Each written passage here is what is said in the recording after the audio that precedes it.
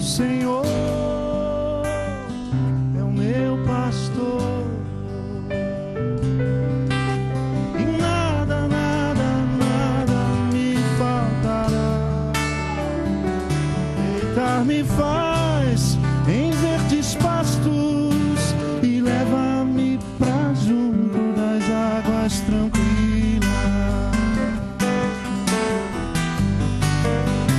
Comigo aqui, porque sou meio bagunçado, não sigo meus próprios roteiros, e já dei, foi muito bom lá com o primeiro grupo.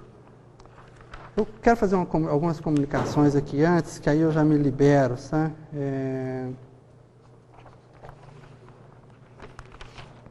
Quero indicar um site para vocês, quem quiser receber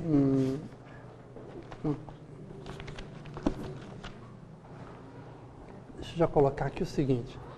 Atinius Direito, a questão, saiu uma reportagem esses dias sobre infanticídio, né? Na revista Veja, envolvendo os índios Suruahá.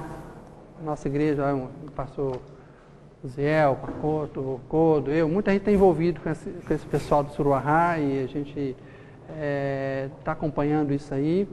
Suzuki, a Márcia, eles produziram uma cartilha que está sendo usada por outras etnias. Agora tem 56 etnias envolvidas no projeto de eliminar infanticídio. Isso é uma briga com o FUNAI, FUNASA, e tem muitos capítulos interessantes. Está chegando na ONU e tudo, vale a pena vocês virem depois o e-mail deles e apoiar, estar junto. Deixa eu ver aqui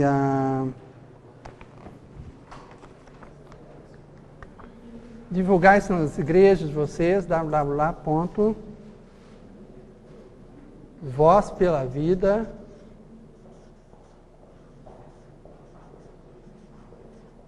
tudo junto, né? Voz pela Vida,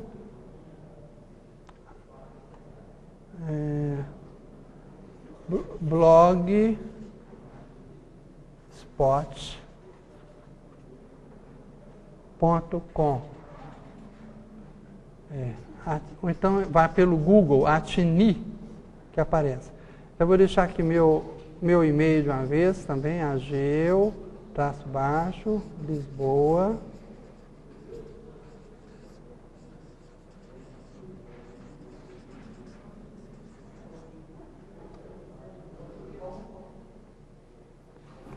tá?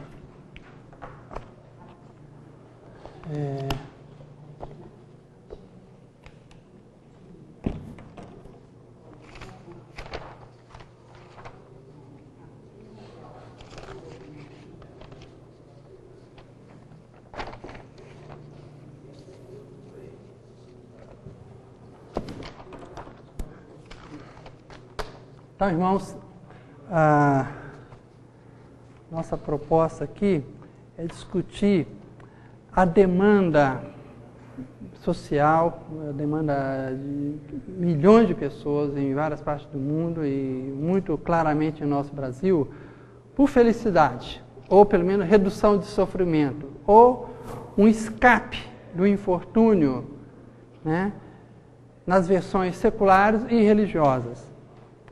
Por isso que o tema do texto, do subtema apresentado na programação, fala do bem-estar pessoal, dos processos de autoajuda, esse grande mercado de autoajuda, que a gente vê em livros, filmes e propostas terapêuticas e também propostas religiosas. O fato é que o ser humano, coletivamente tomado, está denunciando um tremendo mal-estar, agudo, crônico, insistente. Né? Ninguém está se aguentando. Né? Não é um fenômeno novo, evidentemente, só que com os meios que nós temos hoje de publicar e de circular informações, mais pessoas se apresentam. As facilidades que nós temos de editar, fazer filmes, de congressos, viajar, tudo isso facilita também que as pessoas se expressem, busquem ajuda e façam todo tipo de propostas, né? Então, a gente, como preâmbulo, basta a gente ver um olhar por uma livraria, vendo os títulos e perguntando aos gerentes o que mais se vende. Disparadamente, livros esotéricos, livros de autoajuda ou de psicologia popular, ou coisa que promova esperança, crescimento emocional, solução financeira, coisas do gênero são realmente os títulos mais vendidos, né? Você vai em banca de revista, analisa revistas como Você S.A., revistas de economia, de recursos humanos, quase todas elas enfocam insistentemente nas capas e dentro matérias assim, que estimulam o sujeito a crescer, né? Você S.A., marketing pessoal, superando obstáculos, além dos limites, todo um apelo assim, contínuo, né? As próprias Olimpíadas, o esporte hoje veicula muito essa ideologia de ultrapassar limites, você tem potencial e as pessoas vivem sob esse impacto de uma cobrança dentro das empresas, de todo lado, de sucesso pessoal, de renda contínua e de superação de potenciais e também ganhar do outro, né?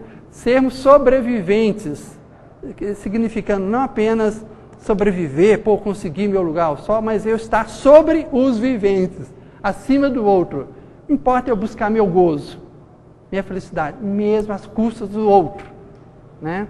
Então eu abro o nosso seminário com essas questões, mostrando que nós encontramos todo tipo de ênfase nessas propostas, sérias e outras meramente mercadológicas, mercantilistas, picaretagem.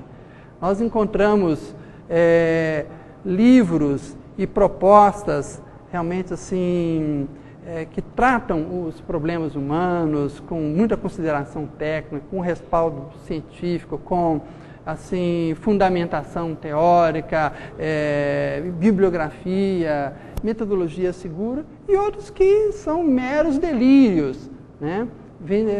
Vendendo ilusões aí para quem se acha sem um guru, sem um guia, quem se acha perdido, né? Olhando para o vasto mundo e nossa sociedade, a gente vê como Jesus olhava as multidões do seu tempo, aquele pessoal desesperado o procurava, ele percebia aquela grande demanda e falava, é um povo, né, povo que está como um rebanho de ovelhas sem pastor. Ele captava desorientação daquele pessoal, né? Então, e Jesus atuou sobre essas pessoas, que são as mesmas de hoje, né?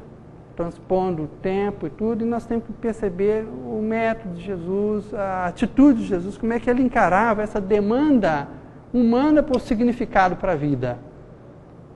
Demanda humana por significado, demanda por salvação, demanda por saúde, né?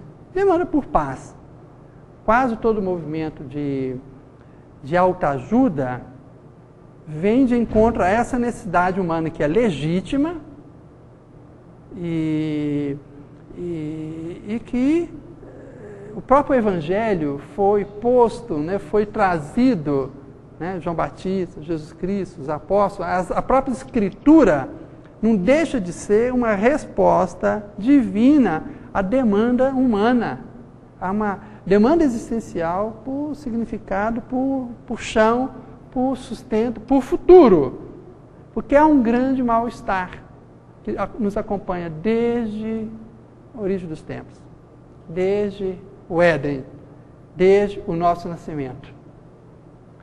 No sentido bíblico, nós temos o relato no Gênesis, que fala de né, começa de uma eternidade etérea lá e tal, depois céus e terra, do nada, e um Deus criando, organizando o caos, né, com o Logos criando um cosmos, né, o caos, a palavra de Deus, Logos, dando sentido, organizando o caos e cria o cosmos, o mundo, os mundos existentes.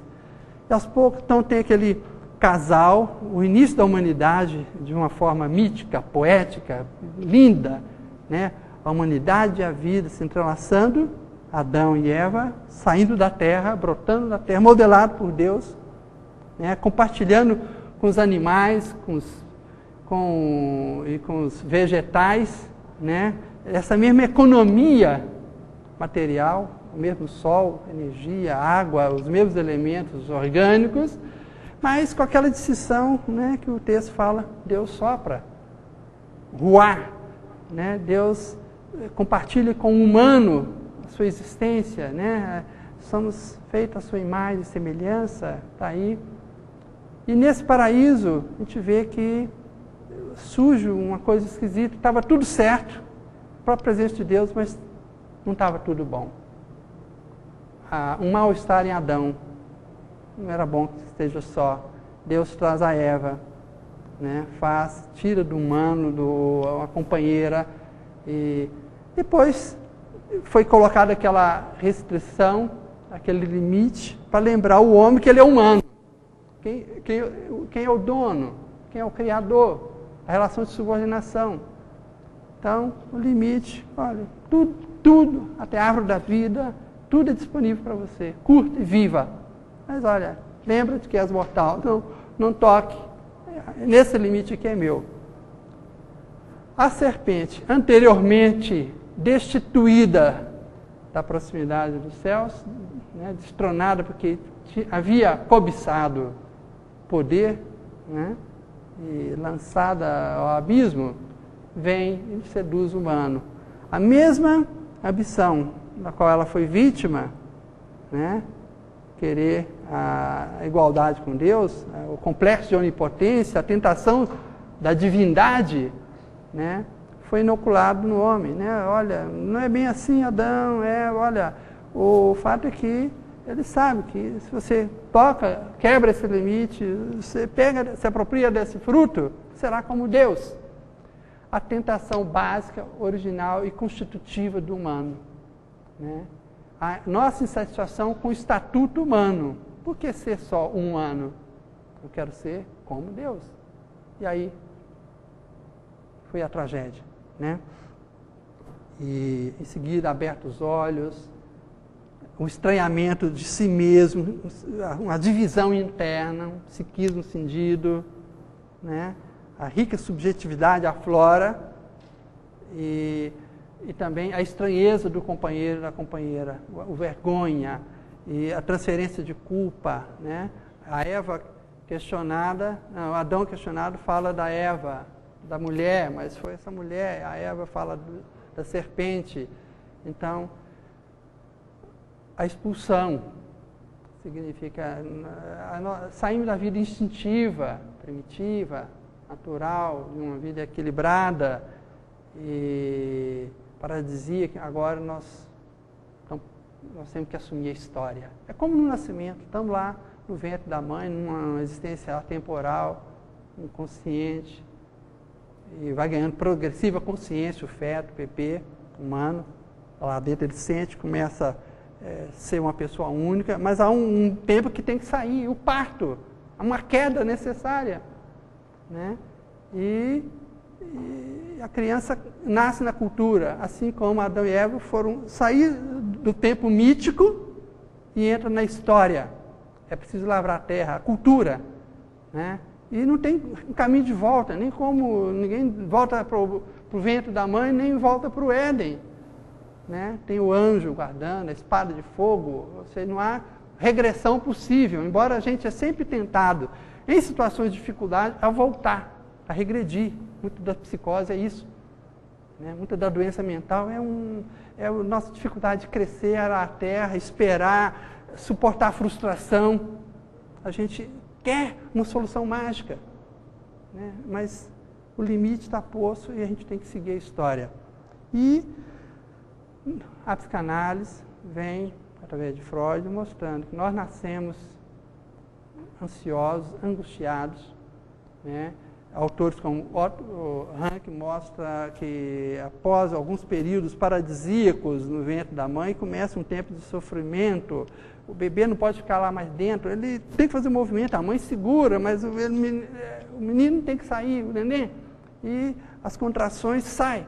E é um processo meio traumático, né? Sai de uma situação homeostática e vem para uma situação mais desequilibrada, a cultura.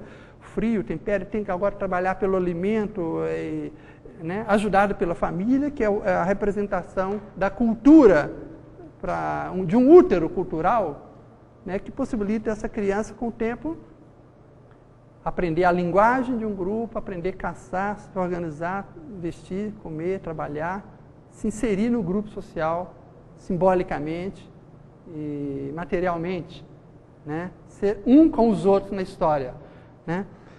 Agora, aí a gente descobre, né, como Caim e Abel experimentaram, como é difícil a convivência entre iguais. Então, tivemos o primeiro pecado, a queda, que era aquela tentação que nos ocorre sempre do poder, da gente ser Deus, ser sempre servido, tudo circular em torno de nós. O narcisismo é isso, a coisa centrada em mim mesmo, o egocentrismo, a libido voltada para o próprio sujeito, desinteresse pelo mundo externo, importa é meu prazer, minha satisfação. Mas só que eu vou esbarrar em outro, eu vou pegar um alimento, mas tem outra mão lá pegando também no prato, não é meu também, eu tenho que aprender a negociar. E assim, Caim e Abel, segundo o relato bíblico, né, não que eles se desentenderam, mas o Caim morreu de ciúme, raiva, ele não suportou o fato que Abel, o sacrifício dele foi aceito, e o dele não, né? Enfim, é muito difícil nós, às vezes, suportarmos que outro tenha sucesso e cresça enquanto eu trabalho. Há quanto tempo estou aqui nessa vida difícil, salário pequeno, paga aluguel, o outro está lá, malandro, isso, recebeu herança, vida fácil para uns, difícil para outros, né? E como é muito difícil, Caim vai e mata o Abel. Não suportava aquilo, né? Não suporto ver meu fracasso vendo o sucesso do outro. Mata. Isso representa a dificuldade da convivência fraterna, do processo civilizatório, né? Como é difícil a convivência, a coexistência, né? E aí vem o Freud, na psicanálise, e mostra justamente essa questão que a cultura, a coexistência humana revela um profundo mal-estar. Nós sofremos a existência dos outros. Nós precisamos do outro, até para nascer. Eu não me fiz, eu precisei de um pai e de uma mãe que se uniram. Eu precisei de ser cuidado por quem me deu o seio, quem me ensinou a caminhar, me lavava, nutria, me defendia de animais, né? Mas, olha, aquele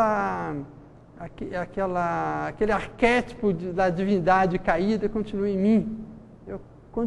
Eu gostaria de não necessitar de ninguém, ou fazer com que todos vivam em volta de mim, né? Não quero repartir minha glória com ninguém. E o fato é que, quando você vê a história de todos os povos, qualquer grupo, mesmo os grupos que antropólogos e alguns outros idealizavam, o homem primitivo, não sei aonde, lá no Papua Nova Guiné, da Amazônia, não existe esse lugar ideal, esse Shangri-La. Não existe esse homem puro, intocável. Os antropólogos agora descobrem isso, os missionários, ou quem a gente circula por aí.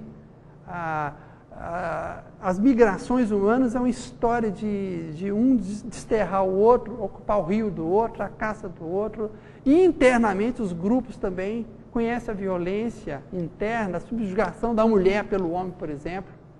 Todo patriarcado violento. A subjugação e morte de crianças em toda a história, em quase tudo quanto é cultura. O infanticídio era legalizado, tinha um status assim, mítico até em algumas culturas, como no Suruarrata, no Yanomamis, em muitos outros grupos, né? Assim, crianças que nasciam com defeito, mortas, prostituídas, e por outras razões, na culta Grécia de Sócrates, Platão, no auge de tudo, o Platão recomenda a uma pessoa numa carta, dá um respaldo lá para que o sujeito se desfaça de seu filho aleijado, por exemplo, né? Ou seja, os incompetentes, os não eficientes para o sistema, para a cultura, têm que ser eliminados. É a solução final do Hitler, A solução final das nossas empresas que recusam aquela pessoa que é mais lenta, que é difícil, ela só quer o super competente executivo que resolve tudo. A mulher que nem precisa menstruar, que não precisa amamentar, que é sempre GTX, eficiente. O mito continua acontecendo, alimentando as nossas indústrias, o nosso mercado, a nossa mentalidade, né? Ou seja, o desprezo pelo não competente, pelo deficiente físico, e milhões morreram, foram executados friamente em rituais, ou entregue para animais, a flechadas. A história aqui a luta pela vida dos Suruahá é um exemplo disso, né? Mães obrigadas a matar filhos, a flechada, a veneno, porque nasceram 2 gêmeos, um tem que morrer, o outro não. A difícil partilha da vida e dos bens. A lei do mais forte sempre prevalecendo, porque na base material íntima nossa, nós temos um gênio egoísta. Há um livro famoso chamado O Gênio Egoísta, assinado por um dos maiores geneticistas e best-seller, autor célebre, que voltou agora em evidência na mídia por causa de um livro dele sobre o ateísmo, um militante do ateísmo. Um livro dele, há uns 30 anos atrás, chama O Gênio Egoísta, é o Richard Dawkins. Richard Dawkins. E é um autor que vai dar muito o que falar.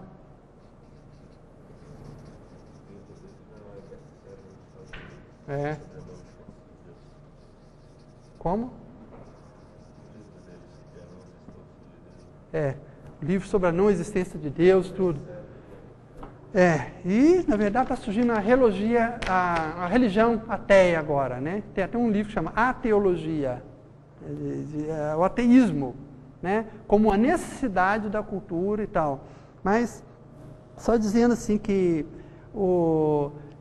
esse Richard Dawkins, nesse livro, vai mostrando que a nossa constituição mais íntima, genética, é egoísta. Um gene se associa com o outro, contra outros, sabe? Cada gene busca se replicar. E eles usam estratagemas inteligentes como nossos estados maiores aí de exército planejando uma batalha. E a batalha contra os antibióticos, os anticorpos, essa coisa toda, mostra que são seres inteligentes, né? Mas é só para mostrar que, num nível mais íntimo de nosso corpo-alma, nós temos uma força implementadora, nós somos imperialistas, nós somos egocêntricos, nós gostaríamos de plasmar tudo segundo as nossas necessidades e interesses. Ou seja, o problema da alteridade é muito complicado, é muito difícil eu admitir o outro, qualquer outro. Eu mato meu irmão, Caim mata Abel, e continuamos matando todo mundo que discorda da gente, né? Emocionalmente, fisicamente, e simbolicamente também, né? Então, esse mal-estar tem sido administrado ao longo dos milênios nas várias culturas, né? Depois de tantas formas de organização política e jurídica, conhecimento do Estado, conceito de democracia e tudo, que é a administração da violência, a política de direitos humanos, reconhecimento que a mulher tem alma, o preto tem alma, né? O índio é um ser humano, sim, né? A criança merece viver também, né? Então, existem alguns avanços civilizatórios que têm organizado a violência predatória do ser humano, de uns contra os outros, tem organizado esse mal-estar, né? Tem criado algumas garantias de continuidade da espécie, né? Nesse ponto, a gente precisa ver que tem havido alguns avanços, lentos, mas tem havido. E quando a gente vai analisando o conteúdo desses avanços, quase todos já têm uma matriz judaico-cristã, hebraico-cristã, bíblica, né? Jesus Cristo, especialmente, é o grande fomentador, né, da igualdade humana. Ele abençoa mulheres e crianças, dos tais o reino dos céus, né, as crianças, a centralidade, invertendo toda uma coisa. Ele se valoriza e aproxima e tem contato físico com doentes, leprosos, com excluídos, com pobres, entende? Com prostitutas, com os tipos malditos de cada época, Então, Jesus é um paradigma de uma nova humanidade, sem dúvida, né? Ele, o homem sem pecado, que veio nos redimir. Então, veio criar trouxe sinais e exemplos para uma nova humanidade que vai adentrar o novo céu e a nova terra, né? Mas o mau estado da civilização é isso, que todos nós estamos mal uns com os outros e também vivemos apavorados com a questão da mortalidade. A gente vê as pessoas morrerem, os animais morrem, um terremoto derruba a casa, mata a gente, né? A própria natureza, você vê um bicho comendo o outro, um peixe comendo o outro, um pássaro, enfim, é uma luta de todos contra todos, é um equilíbrio complicado. Há beleza na natureza, mas é um jogo de vida e morte o tempo todo. Nós não escapamos disso e a gente teme a putrefação, que é inexorável. E qualquer acidente, qualquer doença, qualquer perturbação do nosso equilíbrio orgânico, mental, é um significante da morte, ou seja, aponta para um fim que nós tememos. Essa ansiedade básica, né, esse processamento complicado no psiquismo humano, assim, um temor diante do futuro, é o que provoca adoecimento, mas que também provocou o nascimento de mecanismos de defesa, de respostas à ansiedade, que são as construções religiosas, mítico-religiosas, as danças, os rituais, olha para o céu, olha para ali, o sol então é Deus, a natureza, as forças e tudo, o tigre, a divinização, ou seja, daquilo que é tão forte, né? O animismo surge como uma primeira resposta e até é interessante isso, né? Mas aí nós temos a revelação bíblica que fala, não o sol, não isso, mas o Criador do sol, esse Deus se encarna. E especialmente, assim, terminando essa parte, a situação era tão complicada, aí nós temos um texto na Bíblia que é um grande libelo contra Deus, alguém que ousou fazer a defesa do humano perante Deus. Vendo o sofrimento, vendo a injustiça, vendo esse caos na humanidade, vendo como é difícil ser gente, sobreviver humanamente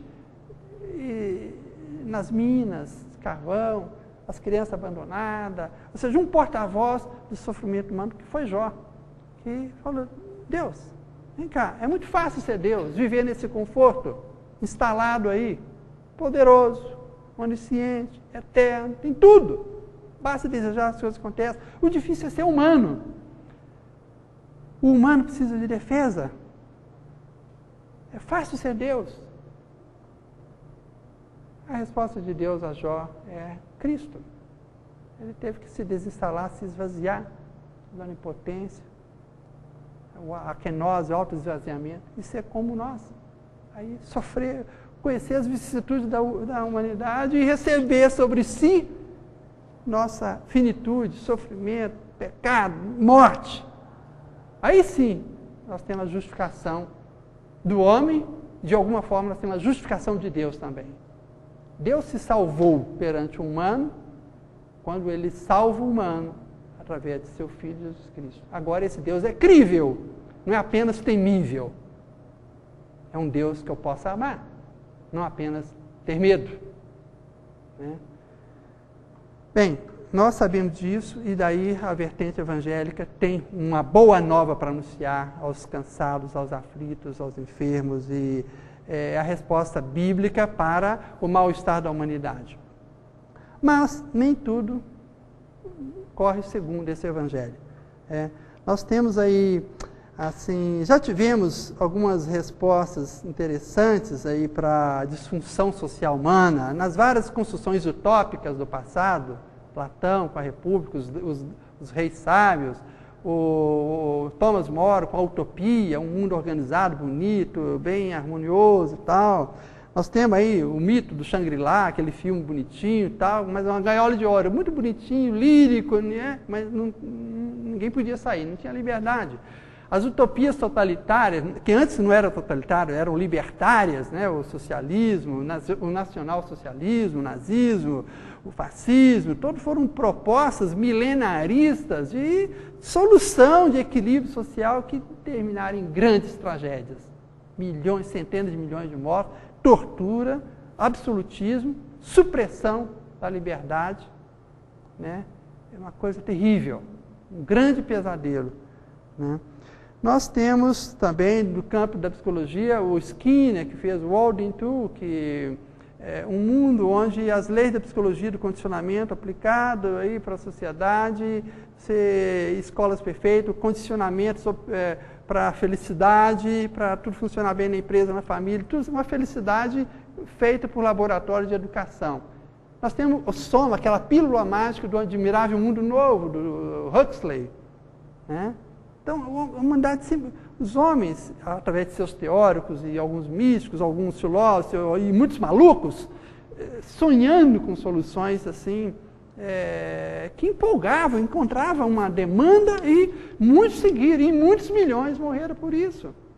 Em termos religiosos, nós vimos aquela catástrofe que foi, por exemplo, o Jim Jones, né? Um pastor malucão lá, e tinha uma relação direta com Deus de forma tão especial, e encontrou adeptos, vão para um novo mundo, uma grande fazenda, esperar o Senhor, a volta de Cristo, e outras propostas milenaristas assim, suicídio coletivamente. Mas em formas não cristãs, religiosas, tem, por exemplo, aquele grupo que pactuou morte quando passaria um cometa lá e tal, um grupo de gente da Suíça, Alemanha, Estados Unidos, gente rica, culta, médico, outros que em mais de 30 suicidaram para, através daquilo, pegar o rabo do cometa e ir para um além fantástico. Isso tudo são respostas desesperadas, dramáticas ao desconforto, né? E nessa busca toda, por exemplo, eu falei aqui do totalitarismo, né? O Stalin com o Gulag, né? Foi denunciado pelo Solzhenitsyn, o Hitler, o Himmler, Goebbels com o Treblinka, Auschwitz, os campos crematórios, né? E assim vai, né? E, ultimamente, existem algumas utopias propostas no cinema, na arte, assim, como Gattaca, um filme chamado Gattaca, que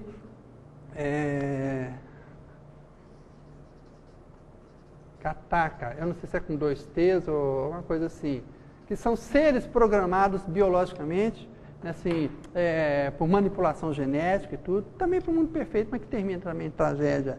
Essas novas previsões de novos mundos utópicos, geralmente nós vemos a privação da liberdade,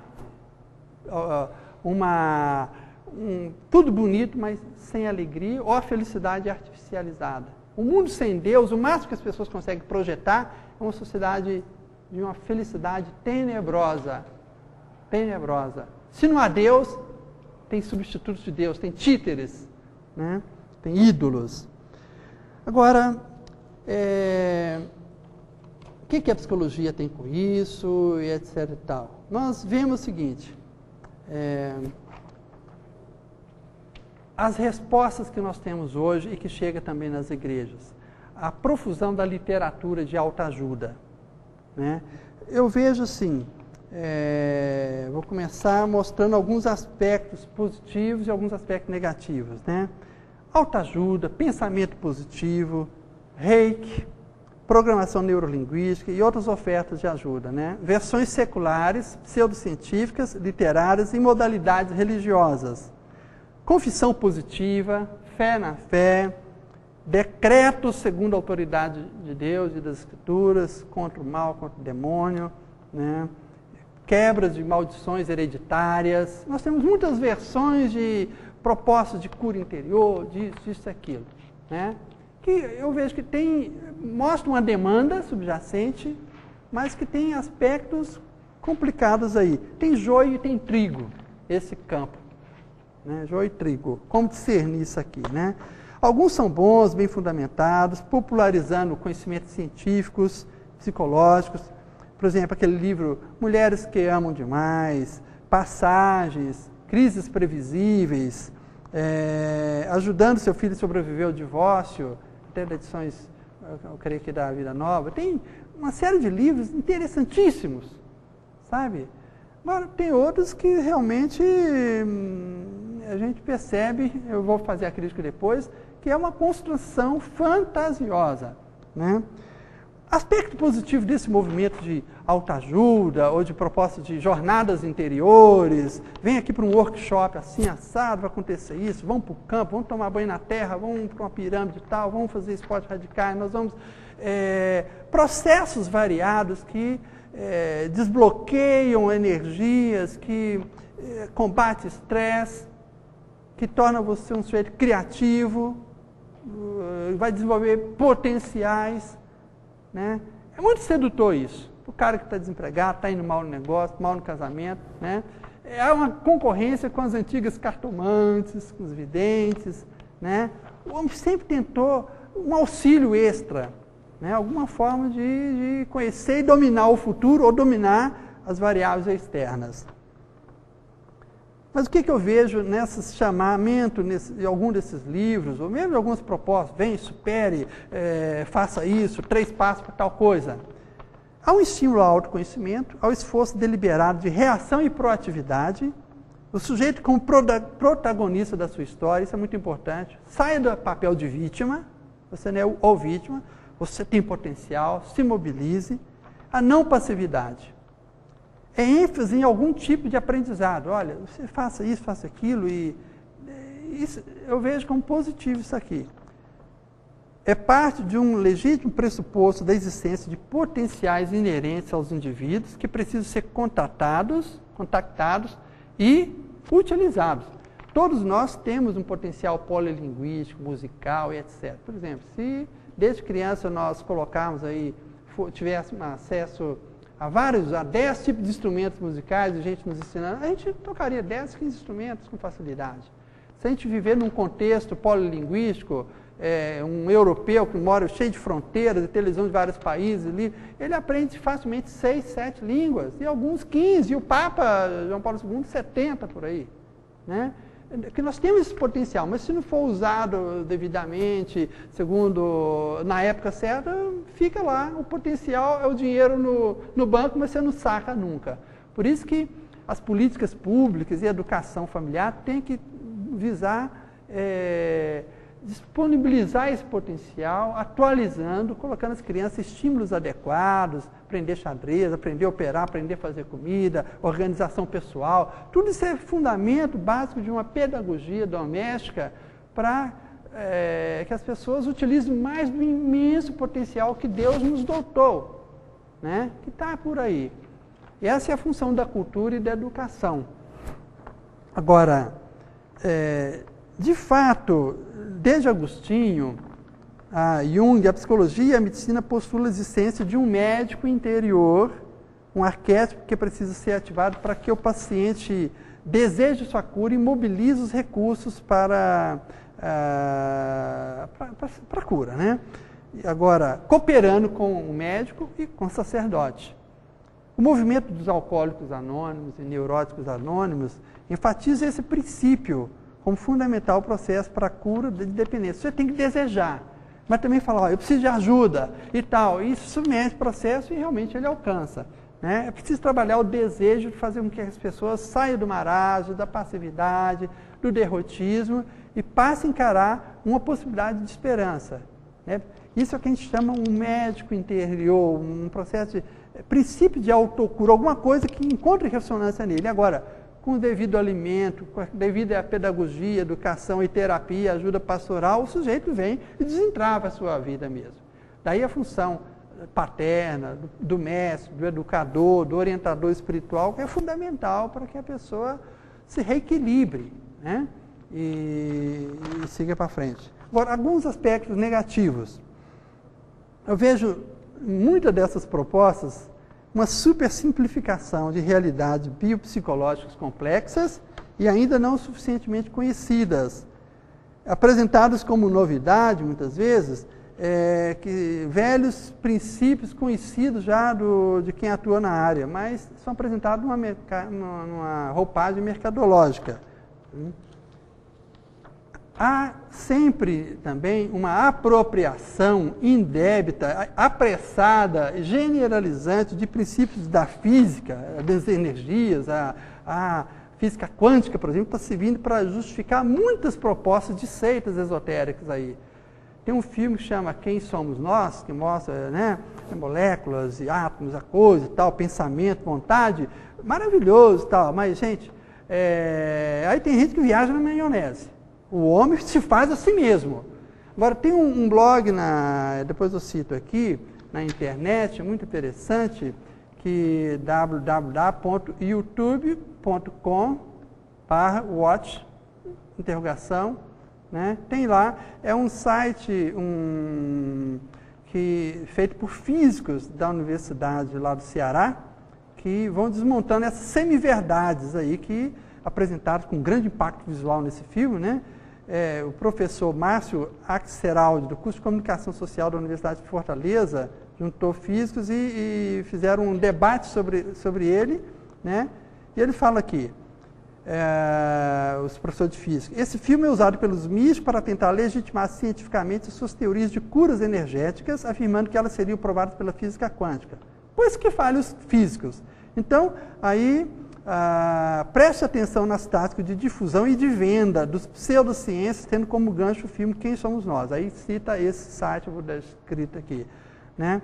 Então, o pessoal está mostrando que é uma apropriação indébita, falsa, igual o pessoal que vê difusão, alguma coisa de jornal, tudo sobre DNA, aquela coisa toda, poxa, tenta legitimar cientificamente a prática de maldição, de quebra de maldições hereditárias. Então, o sujeito está mal no negócio, mal no casamento, ou tem doença porque o encosto estava no pai, ou a mãe era espírita, ou o bisavô era maçom, ou porque ele é descendente de negro, e assim vai, né?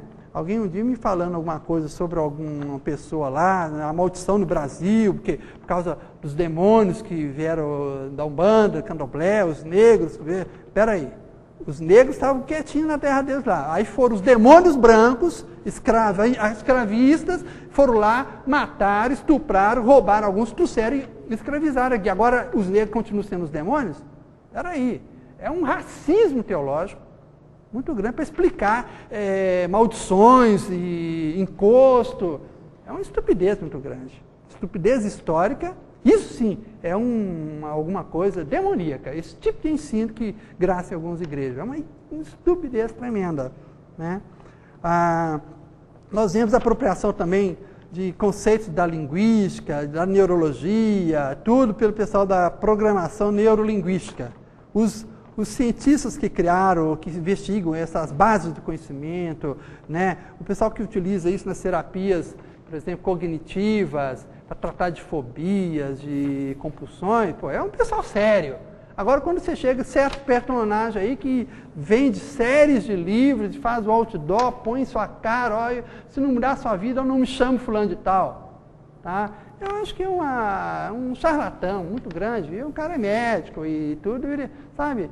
Mas isso é ilusão. Isso é ilusão. Que é uma apropriação indébita de certos conhecimentos científicos, o sujeito aplica em outras áreas, e é o messianismo. É vender ilusão. Nós temos aí, o messianismo e complexo salvador de alguns gurus. E a inevitável exploração da crendice e ignorância popular. Falta ética, muito comum, pois só apregou o sucesso e esconde os fracassos, diferentemente da postura ética científica. O cientista, ele tem um projeto, uma coisa, ele faz todo o seu processo, espera o resultado, depois ele relata tudo o que aconteceu, né, a metodologia, o objeto, o que ele queria investigar, o resultado, faz a crítica e fala, olha, dentro do meu universo X, sob tais condições, eu introduzi isso, fiz tal coisa, consegui tal efeito, ele analisa e fala, só serve para isso. Mas aí outros têm que replicar, o cientista tem que ter muita humildade antes de proclamar as coisas. É assim que funciona, por isso que a ciência tem ganhado credibilidade. Nós também precisamos aprender do método científico essa mesma atitude assim, de submissão à verdade, de caminhar devagar com as coisas. e, em vez de arrogantemente apelar para uma visão divina, um arrebatamento e algo, e decreta Deus, se o Espírito me revelou, me deu uma compreensão nova do texto, e etc. Tal. Isso é manipulação de populações, de gente incauta, de gente que tem o ego fragilizado e que então fica submetido a egos fortes, rígidos, detentores de verdade, gente que tem muita certeza. Então, um monte de gente aí fragilizada, sem muita articulação racional, sem escolaridade mínima, gente sem leitura, sem pensamento crítico, se torna dependente e vítima de pessoas aparentemente inteligentes, com ego frágil, gente de sucesso, olha lá, o cara conseguiu tal. Entende? E às vezes, para respaldar certas práticas aí, eles têm o testemunho de supostas autoridades científicas e de celebridades para respaldo do tal método ou de tal livro. É só levar num programa desse de auditório aí, pronto, está abençoado, está legitimado, no dia seguinte, milhões vão seguir. Né? Bem, outro aspecto que eu acho complicado nesses processos de autoajuda, muitos desses livros e desse processo de jornadas interiores, de fazer tal coisa, eles acabam sendo uma autossalvação. Não fala da necessidade humana de redenção. Cristo não é necessário. Eu desenvolvo meus potenciais, minhas inteligências múltiplas, eu aprendo tais metodologias, tais coisas, faço e atinjo meu bem-estar social, minha alegria. Aí, alguns desses livros de sucesso, o autor está lá com a cara rindo, né? A psicologia do sucesso, meu Deus, é uma tragédia. E que chegou na igreja evangélica. O ministro de sucesso, a igreja de sucesso. Títulos abomináveis, né? Porque Jesus não teve sucesso, Jeremias não teve sucesso. Quantos personagens bíblicos foram fracassados segundo essa metodologia capitalista mercadológica, né? Então, nós temos que resistir a essa ideologia espúria, né, que apregou sucesso de pregadores, sucesso de ministérios e tudo, que daí a pouco afunda tudo. Recentemente, uma liderança aí, sócios majoritários de um certo empreendimento religioso, caíram vítimas do próprio sucesso deles, do próprio método. Assim, seguidamente, nós temos visto alguns caírem, né? Porque fica com o ego inflado, é tanto sucesso que o cara não se aguenta, fica um ego tão grande que não tem base de sustentação. Agora, a resposta de Cristo é outra, que a gente seja irmanado, que ninguém pense de si mais do que convém, assumindo a nossa fraqueza, a nossa pecaminosidade, é o contrário. Se reconheça como falto e necessitado. É doente, então a cura está disponível, né? É na fraqueza que nós seremos fortalecidos.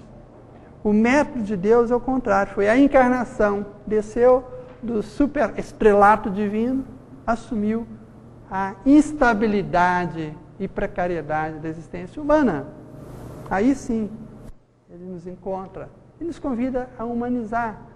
Você tem que pôr a boca no pó que nos fez, dos qual nós fomos feitos. Pó, humus, umidade, humanidade, pó, Adama, terra, homem. Ou seja, só eu me humilhando, pôr na boca no pó, é que eu vou me reencontrar. Vou reencontrar a minha humanidade essencial. E aí vou reencontrar com meu Senhor, meu Salvador também. Entende? Eu vou ser curado dos meus delírios e fantasias de grandeza. Isso sim adoece, mata e desestabiliza a sociedade. Cristo nos convida, diferentemente dos regimes totalitários, do Hitler, de Stalin, do Lenin, Marx, todos os outros, né? Ele faz a proposta da igreja. O Novo Testamento faz a proposta da igreja, o corpo de Cristo, que é também algo oposto à mentalidade moderna e pós-moderna do culto ao indivíduo, do individualismo, do sujeito que se cogita, que pensa, eu logo existo, e daí funda a modernidade, né? Mas, e daí, ok, grande descoberta, a questão do indivíduo como ser único, em oposição aos regimes totalitários, aos regimes assim, de massificação, né? Só que o sucesso da ideia do indivíduo, que trouxe tanto progresso ao Ocidente e a todo mundo, né? inclusive essa questão dos direitos humanos, que até então todo imperador, todo rei, né, qualquer destro, qualquer faraó, qualquer chefe podia dispor da vida de qualquer pessoa. Né? Importa o coletivo, a estatística. Como hoje na sociedade de consumo, importa o movimento das bolsas de valores, não o que está acontecendo na casa daquela fulana, daquele homem, daquela mulher. Os efeitos domésticos, individuais, no varejo não importa, vamos analisar no atacado. Né? Mas C.S. Lewis, um grande autor aí, tem uma palavra muito interessante, que ele fala que o objetivo o ideal cristão não é a felicidade, é o amor. Ele tem um livro que ele fala, Palestras que Impressionam, ele tem um que ele analisa o corpo de Cristo, ele fala, a ideia bíblica do corpo de Cristo, ela combate tanto o culto ao indivíduo, a idolatria, a pessoa que se faz a si mesmo, todo auto-meritório, etc e tal, o herói americano desse filme, cara sozinho, combate uma máfia, salva o mundo contra não sei o quê, aquele herói do time, o time está ruim, cara, sempre aquela ênfase no indivíduo, o indivíduo importa ganhar primeiro, quem é segundo, terceiro é derrotado. Né? Essa super ênfase no indivíduo, a estrela solitária, em detrimento do coletivo, a própria ênfase hoje nos Jogos Olímpicos, em todas as competições, é uma selvageria, só a ênfase do melhor, do primeiro, daquela coisa. Isso é muito perverso. Tem um lado bom, vamos desenvolver potencial esportivo, mas o lado perverso é que só importa quem é em primeiro lugar, os outros não. Nas Paralimpíadas a gente já vê às vezes uma coisa diferente. Os corredores estão lá, e aí um dos cegos ou dos deficientes lá cai tudo, né, cansado. Os outros param e levantam e caminham junto. Não importa ganhar, não importa a gente chegar junto, fazer junto. Então, a nossa cultura individualista está levando à autofagia, à destruição do planeta, porque eu tenho que ter um carro maior que o outro, trocar de celular a cada ano. A gente faz a cada 6 meses, sabe? Tem que ter 6 pares de sapato, 3 resolve. Eu preciso ter 10 camisas, quanto 5 resolve. Preciso, sabe, ter isso, ter aquilo, e eu tenho um apartamento, ganho um pouco mais, eu preciso um pouco mais agora, depois eu troco por um maior, e assim vai, um acúmulo de bens louco. Você que é o empresário de sucesso, passou de sucesso, para quem será isso? E se for pedir da sua alma? O que adianta ganhar o mundo inteiro com tanto sucesso e perder sua alma? Já aqui na Terra, o seu psiquismo, perder seus filhos, sua família, por um sucesso vão, alienante. Na Bíblia, esse é o conceito de loucura na Bíblia. É esse cara de sucesso material às custas do outro. É o sujeito que quer ter todo o gozo do mundo às custas do outro. Por isso que o transgressivo tem crescido na sociedade. Jovens de classe média matando, prostituindo, fazendo tudo. O cinismo na sociedade é isso, que eu aprendo pelas imagens, pelo marketing, pela propaganda, que eu tenho que ter do mais e do melhor sempre. Eu não vou ficar por menos.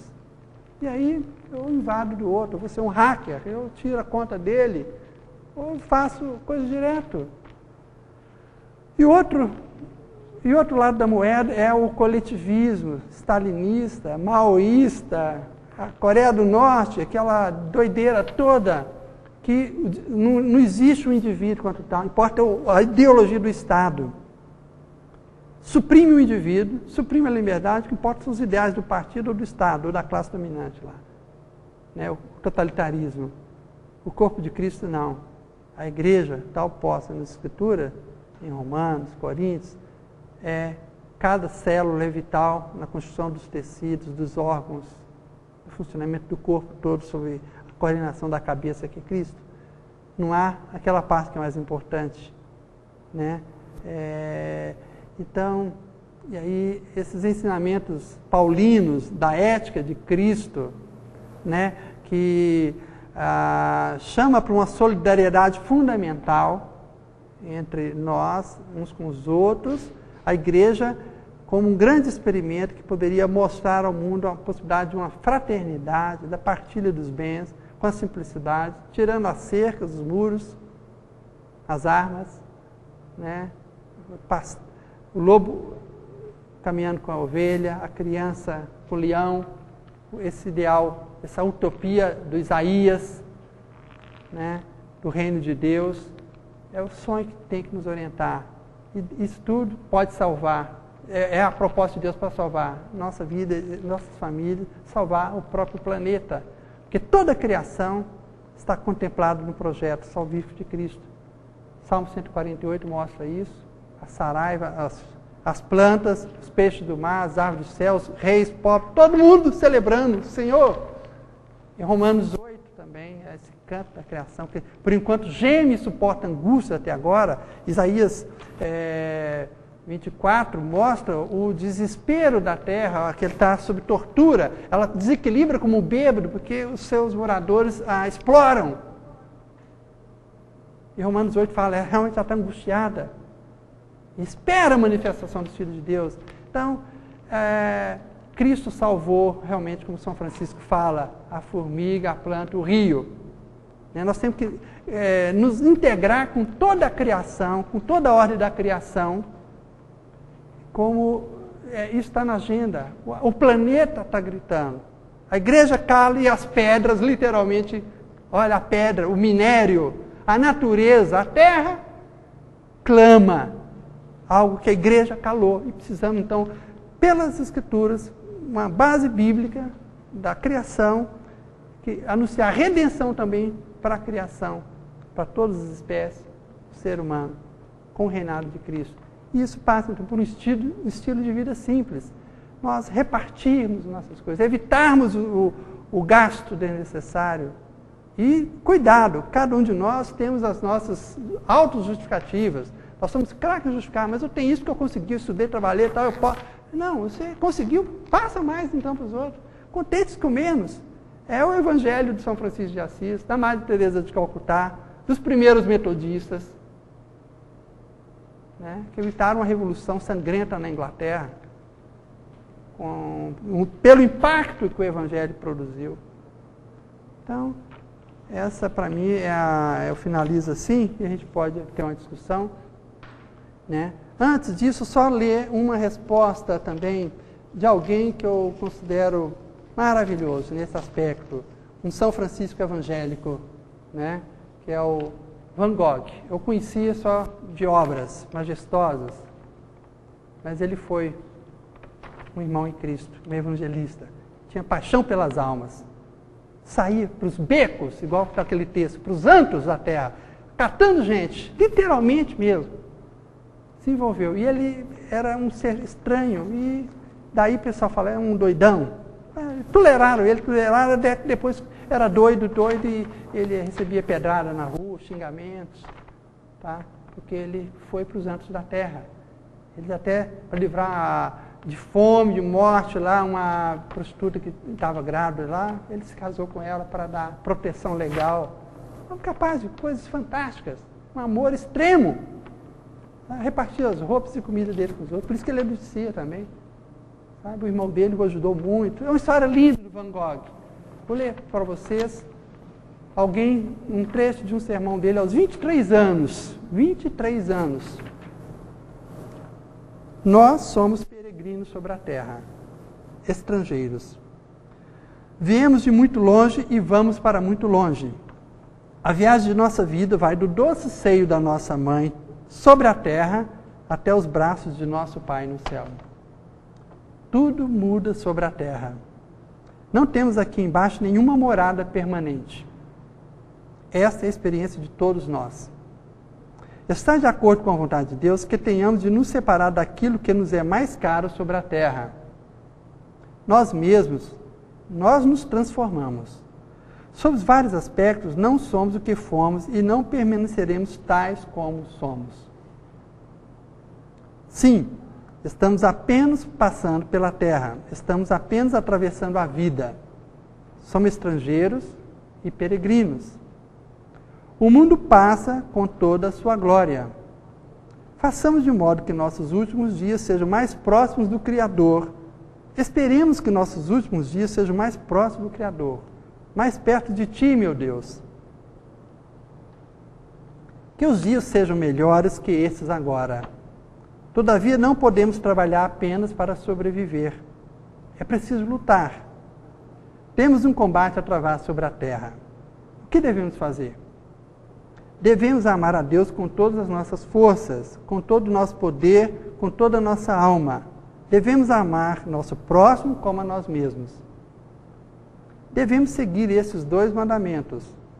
Se seguirmos, se cumprirmos exatamente esses deveres, não estaremos sós. Nosso Pai, que está no céu, estará conosco. Ele nos ajudará. Ele nos guiará. Dia após dia, hora após hora, Ele nos dará a força que precisamos. Assim podemos fazer todas as coisas graças ao Cristo que nos dá o poder para tal. Somos estrangeiros sobre a terra. Senhor, não nos esconda os Teus mandamentos. Abre-nos os olhos.